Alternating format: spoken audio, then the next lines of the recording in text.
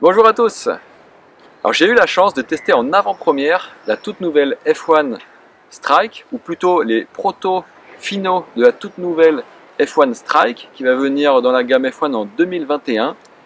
Et voici ce que j'en ai retenu. C'est parti.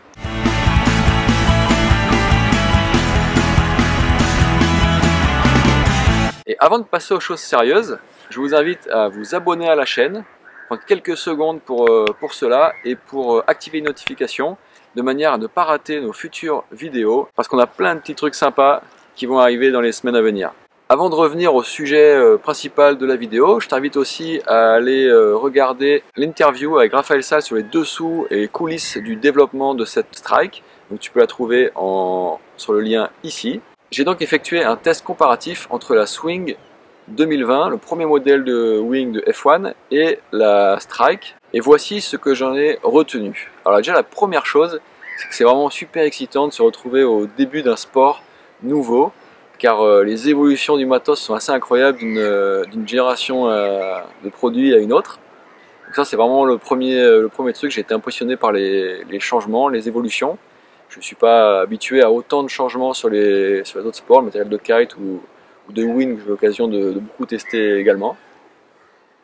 Donc après le deuxième truc, c'est que quand on regarde l'aile, on voit tout de suite quelques évolutions techniques. Donc il s'agit par exemple de la distribution des panneaux, puisque maintenant la Strike elle a une coupe radiale. En fin de compte, il y a deux panneaux verticaux du bord de fuite, et donc la latte centrale qui a une forme un petit peu différente, elle vient être cousue directement sur le SPI aussi au niveau de ces deux panneaux là.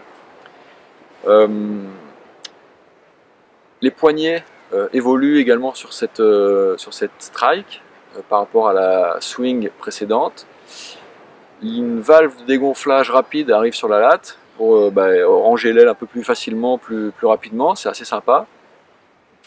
Et puis voilà, le profil évolue. Après c'est plus des évolutions invisibles, mais il y a eu quand même beaucoup de travail avec 44 protos effectués avant ceux que j'ai essayé.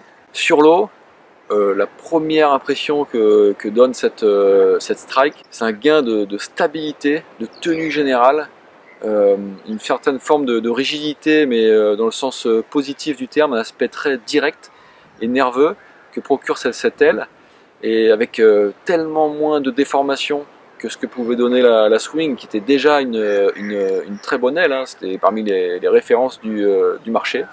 Donc cette évolution-là, elle est impressionnante sur l'eau. Cela entraîne aussi en fait un gain d'efficacité et de performance qui est assez impressionnant aussi. Donc il y a vraiment un net progrès de ce côté-là, et le tout sans avoir besoin de forcer. L'aile fait le travail en fait sans qu'on ait besoin de forcer. Le vent est transformé en propulsion. Alors là où c'est le plus marquant, c'est en termes de remontée au vent. C'est-à-dire qu'on est plus stable, on remonte mieux en angle et en vitesse.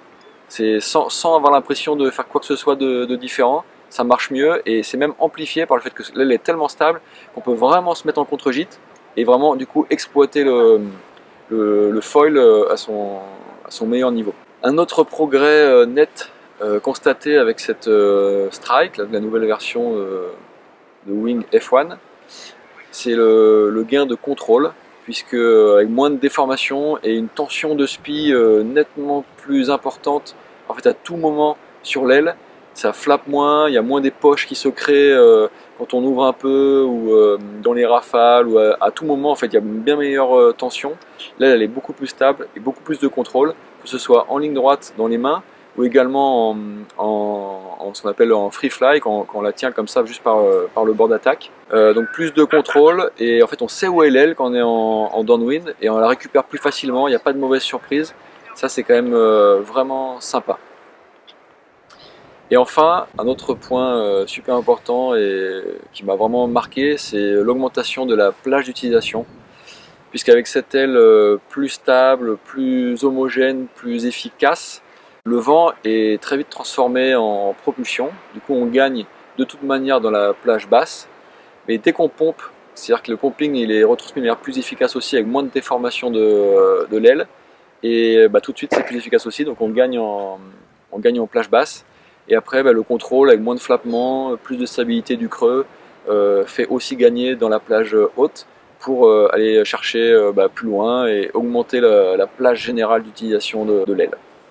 Donc voilà mes impressions sur les premiers tests de la Strike en comparaison de la Swing. J'espère que vous avez aimé cette petite vidéo. Et puis n'oubliez pas surtout, si ce n'est pas encore fait, de vous abonner pour suivre nos prochaines vidéos qui vont arriver dans les semaines à venir avec plein de conseils et de tutos. Donc abonnez-vous, activez les notifications et puis on se voit sur l'eau. Allez, ciao!